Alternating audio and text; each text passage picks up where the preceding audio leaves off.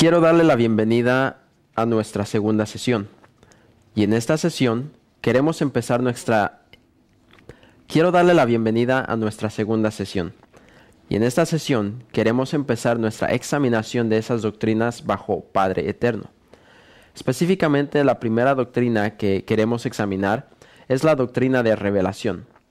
La doctrina de revelación. Queremos hablar de dos tipos de revelación. La revelación general o la revelación específica o especial. Otra vez, a traerle de regreso a lo que hablamos casi en nuestra primera sesión. Usa al credo de apóstoles y el niceno algo como un esbozo de nuestra examinación de doctrina cristiana básica. Y discutimos esas doctrinas bajo Padre Eterno. Y nosotros comenzamos con la doctrina de revelación. Otra vez, mientras no es explícito en el credo de apóstoles o el credo niceno, sé que el credo de apóstoles es un resumen de revelación especial, es decir, la revelación de Sagrada Escritura. Es un resumen de la historia bíblica y una suma total de enseñanza bíblica, doctrinal, al menos en forma seminal. Así es que hablemos de, ante todo, una definición de revelación. La palabra revelación viene de una palabra griega. La palabra es Apocalipsis. Muchos de ustedes pueden saber que el último libro del Nuevo Testamento es designado el Apocalipsis de Jesucristo para San Juan. En el greco no dice revelación de Jesucristo, sino los Apocalipsis. Literalmente, la palabra para la revelación en greco, los Apocalipsis, quiere decir quitándose el velo. Y bien, ¿qué es la revelación divina? Es develamiento de Dios de sí mismo y sus formas para toda la humanidad.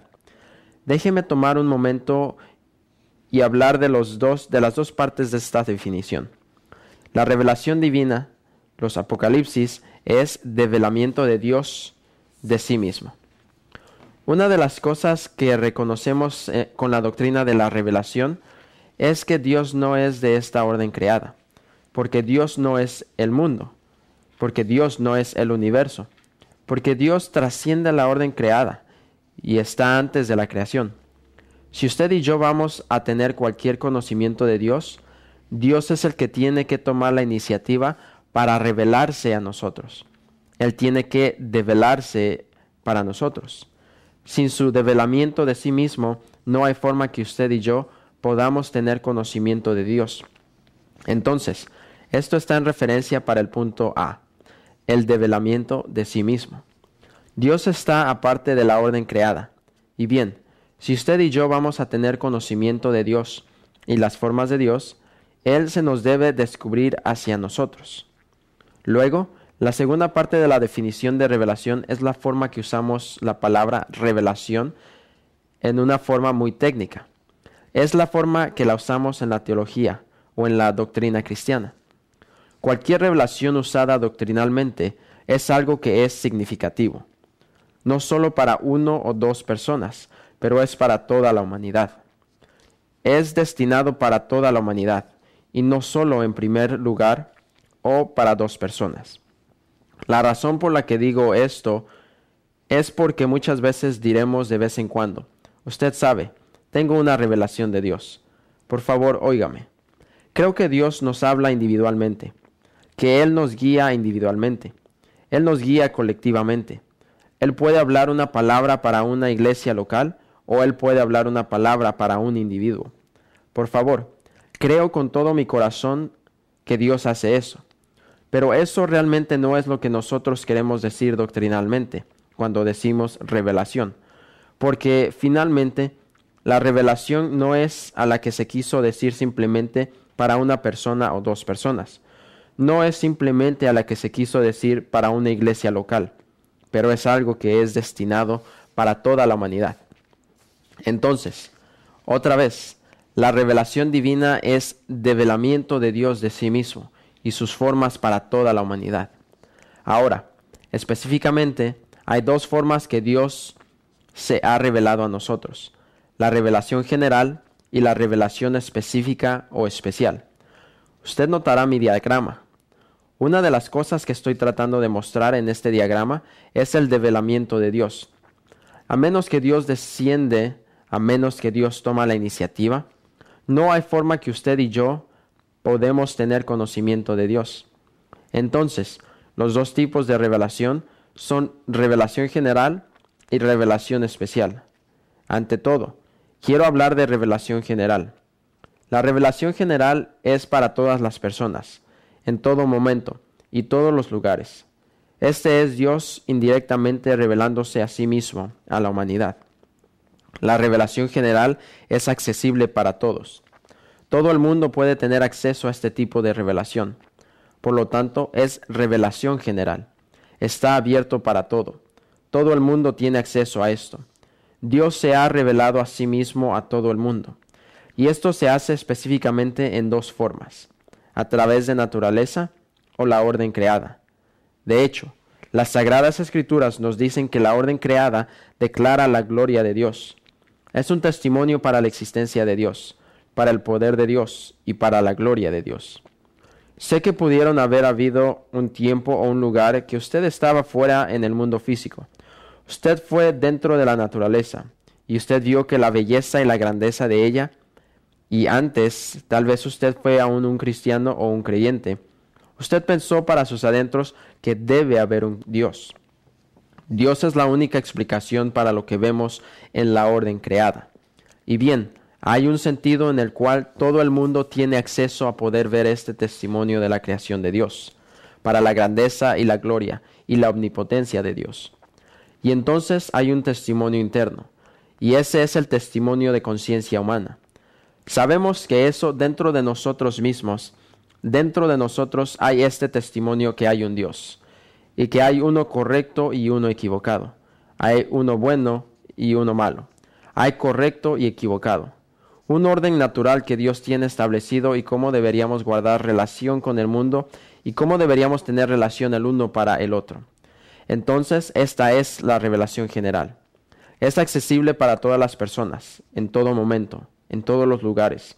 Y primordialmente, esto ocurre a través de la orden creada y a través de la conciencia humana. Luego hablamos de revelación directa, especial o específica. En contraste a la revelación general, esto es para las personas particulares en tiempos particulares. Está ahora disponible para nosotros a través de la Sagrada Escritura. Y bien, por ejemplo, nosotros reconocemos que Dios, en los lugares y veces particulares en historia, ha hablado. Sabemos que ha habido veces particulares y lugares en la historia que Dios ha operado en una manera reveladora. Y esto es lo que se graba para nosotros en la Sagrada Escritura. Entonces, por ejemplo, sabemos del llamado de Abraham en el monte Sinaí. Dios se reveló a sí mismo en el monte Sinaí a Abraham. Y si él le hablaba a Abraham en lugar particular y un tiempo particular, finalmente, lo siento mucho, pienso en Moisés y no en Abraham. Cuando él llamó a Moisés en el monte Sinaí, aunque ocurría a Moisés, estaba finalmente para toda la humanidad. Todo lo de nosotros beneficia como resultado de eso. Todos nosotros nos beneficiamos como resultado de eso. Dios entregó a los niños de Israel fuera de la esclavitud al egipcio. Otra vez, fue hecho para unas personas particulares, en un tiempo particular, excepto ese evento que Dios hizo fuera para toda la humanidad. Hubo la donación de los 10 mandamientos en el monte Sinaí para los hijos de Israel. Otra vez, un tiempo particular y un lugar particular, y todavía destinado para toda la humanidad. Sin embargo, la revelación suprema de Dios ha sido dada a nosotros en y a través de su Hijo. Esto es lo que el escritor de Hebreos en el capítulo 1 dice, que Dios nos ha hablado muchas veces y de muchas maneras, pero en estos últimos días Él nos ha hablado soberanamente en Jesucristo. Jesucristo es la última revelación de Dios para la humanidad. Y entonces, por supuesto, esta revelación de Dios para nosotros es dada a nosotros en la Sagrada Escritura. La Sagrada Escritura contiene para nosotros un registro de las palabras y las acciones de Dios, y la interpretación de Dios de esas palabras y acciones en la historia. Entonces, hablamos de revelación, Apocalipsis, el develamiento de Dios y las formas de Dios que son destinados para toda la humanidad. la revelación general y la revelación especial. Después quiero comenzar a hablar de la naturaleza y atributos de Dios. Y otra vez pensando acerca de los credos de Apóstoles y Nicene, usted puede recordar que el credo de Apóstoles dice: creo en Padre eterno todopoderoso. El Padre eterno todopoderoso, y dentro del credo de Apóstoles tenemos mención de la naturaleza de Dios, referencia para la naturaleza de Dios. Este es Dios. Y luego tenemos referencia para los atributos de Dios, todopoderoso. Ahora vamos a traspasar simplemente lo que es dado a nosotros en los credos. Otra vez, recordando que los credos contienen toda doctrina cristiana en forma seminal, no completamente explicada. Así es que tomaremos bastante tiempo, consideraremos los atributos de Dios. Antes de que hagamos eso, quiero tomar algunos momentos para hablar de lo que ante nosotros quiere decir cuando hablamos de la naturaleza y atributos de Dios. Ante todo, déjeme tomar un momento y hablar de lo que queremos decir cuando hablamos de la naturaleza de Dios. La naturaleza divina. Otra vez, como la palabra revelación, cuando nosotros hablamos en la doctrina cristiana de la naturaleza de Dios, la estamos usando en una forma muy específica y técnica. A menudo, cuando hablamos de la naturaleza de Dios, la usamos en términos sinónimos. Lo usamos de la misma forma que lo haríamos acerca del carácter de Dios.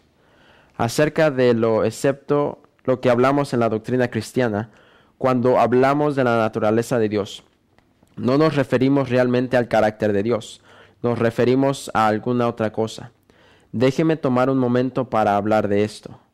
Cuando hablamos de la naturaleza de Dios, de lo que hablamos es las cosas, la sustancia que hace a Dios, Dios. La sustancia, las cosas que hace a Dios, Dios. Si usted podría pensar conmigo por un momento, si hablamos de la naturaleza de agua, el agua es 2 átomos de hidrógeno y 1 de oxígeno. El hidrógeno y el oxígeno son los átomos. Son las cosas, la sustancia que hace agua, el agua. Así es que cuando hablamos de naturaleza en el sentido que hablo acerca de la naturaleza y los atributos de Dios, otra vez hablamos de la sustancia, las cosas que las marcan lo que algo es. Y cuando hablamos de la naturaleza de Dios, hablamos de la sustancia, las cosas que hace a Dios, Dios. Déjeme tratar de darle otro ejemplo de lo que queremos decir por naturaleza. Déjeme hablar de nuestra naturaleza humana. Cuando hablamos de naturaleza humana, podemos hablar de ella y podemos decir de la naturaleza humana que somos malos, somos depravados, somos pecaminosos, somos amados. Y otra vez, de una perspectiva de doctrina cristiana, realmente no hablamos de eso. ¿Qué queremos decir por la naturaleza humana? ¿Qué es eso que nos hace humanos? Bien, por ejemplo, usualmente cuando hablamos de esto, de lo que hablaremos que estamos hechos de un cuerpo, un alma y un espíritu. Muchos de ustedes pueden tener debates diferentes. Las personas nos enseñaron cosas diferentes. Hay algunas personas que creen que los seres humanos son simplemente y solamente un cuerpo físico. Otra vez, esa sería la naturaleza. La comprensión de esa perspectiva es ver naturaleza humana tan equitativa simplemente como un cuerpo humano. Algunos creen que los seres humanos son un cuerpo físico y un alma espiritual, que estamos formados de 2 tipos diferentes de sustancias, 2 tipos diferentes de cosas, una cosa física y una cosa espiritual. Y entonces hay algunas personas que creen que estamos hechos de cuerpo, alma y espíritu. Así es que hay 3 sustancias, 3 cosas que nos forman. Cuando hablamos de la naturaleza de Dios en la doctrina cristiana, ¿qué queremos decir que son esas cosas que hace a Dios, Dios? La verdad del asunto es, no tenemos absolutamente ni idea. No se asemeja a nuestra naturaleza. Usted puede tomar mi naturaleza física aquí, y usted puede ponerla bajo el microscopio, y usted la puede estudiar. No es como usted y yo. Tener acceso a la naturaleza de Dios, que en cierta forma la podemos poner bajo un microscopio y estudiarla a ella. Y bien, algunas veces lo que decimos en la doctrina cristiana, lo que decimos en la teología, es que usted algunas veces oye esta declaración. Dios es inescudriñable. Lo que queremos decir es que Dios, su naturaleza divina, es inescrutable para nosotros. No tenemos idea lo que es. Eso no quiere decir, sin embargo, que usted y yo no podemos conocer a Dios. No quiere decir que usted y yo no podamos tener una relación personal con Dios y podamos saber cosas acerca de Dios. Hay debates, por ejemplo, ¿me dejan hacer un intento para ilustrar esto para usted? Hay debates acerca de lo que la naturaleza humana es. Justamente le dije que hay 3 teorías principales. Hay algunos que dicen que somos cuerpos solamente y simplemente físicos. Hay algunos que creen que estamos en cuerpo y alma. Hay algunos que dicen que somos cuerpo, alma y espíritu. Hay un misterio acerca de aún nuestra naturaleza humana en esa área. Pero ¿usted sabe qué? ¿Usted piensa que mi esposa y mis niños pueden conocerme? ¿Pueden conocer a Chris Bounds? Si bien no saben completamente mi naturaleza, son capaces de conocerme. Tan similarmente decimos eso acerca de Dios. Dios se ha revelado a sí mismo y sus formas. Él ha iniciado una relación con nosotros. Podemos conocer a Dios, pero nosotros realmente no podemos saber lo que es la sustancia de Él, las cosas que hace a Dios. Y bien, si usted alguna vez lee en un libro cristiano de doctrina, o un libro de teología, o un libro devoto, algunas veces usted lee estas declaraciones que Dios es inescrutable. ¿Qué significa esa declaración? Pues bien, no es hablante acerca de Dios personalmente. Habla la sustancia, las cosas que hacen a Dios. Eso es inescrutable para nosotros. Bueno, entonces eso es lo que nosotros queremos decir cuando hablamos de la naturaleza de Dios. ¿Qué queremos decir cuando hablamos de los atributos de Dios? Bien, no podemos identificar las cosas que hace a Dios, pero ciertamente podemos saber acerca de eso. Podemos saber el carácter de Dios y el atributo. ¿Qué es un atributo? Un atributo es simplemente cualquier cosa que es verdadera de Dios, algo que es verdadero acerca de Dios. Eso es verdadero acerca de la naturaleza de Dios. Podemos describir la naturaleza de Dios. Estos atributos de los que nos alistamos para hablar nos pueden decir algo acerca de la naturaleza. Pero usted echará de ver que todo lo que decimos acerca de esa naturaleza realmente no nos dice lo que es. Describe una característica de esa naturaleza, pero no nos dice cualquier cosa acerca de lo que ella es. Así, por ejemplo, voy a decirle a usted un tanto más tarde, uno de los atributos de la naturaleza de Dios es que Dios es infinito. Dios es infinito. Bien, es decir, verdadero de la naturaleza de Dios. Pero usted echará de ver que todavía no me dice lo que la sustancia y las cosas son, que hacen a Dios. No me dice. Voy a decir para usted un tanto más tarde que Dios es incorpóreo. Lo que quiero decir con eso es que Dios no tiene un cuerpo físico. Pero otra vez, eso no me dice lo que su naturaleza es. Así es que cuando hablamos de la naturaleza de Dios, hablamos acerca de eso que hace a Dios. Y eso es completamente inescrutable para nosotros. Un atributo es simplemente algo que es verdadero acerca de la naturaleza de Dios. Una de las analogías que históricamente han sido usadas en la iglesia para hablar de la naturaleza y los atributos de Dios es la analogía del sol y los rayos del sol. La analogía es más o menos así. Usted y yo, con nuestros ojos físicos, somos incapaces de mirar directamente el sol. Si usted y yo tratáramos de hacer eso, nos quedaríamos ciegos. Nuestros ojos estarán permanentemente dañados. Pero podemos ver los rayos del sol. Podemos sentir el calor del sol. Y así es que usted y yo directamente no podemos ver la naturaleza de Dios, las cosas que hacen a Dios. Pero podemos saber algo acerca de eso a través de los rayos y a través del calor. Y entonces, históricamente, esta ha sido una analogía que se ha usado para ayudar a entender la naturaleza y atributos de Dios.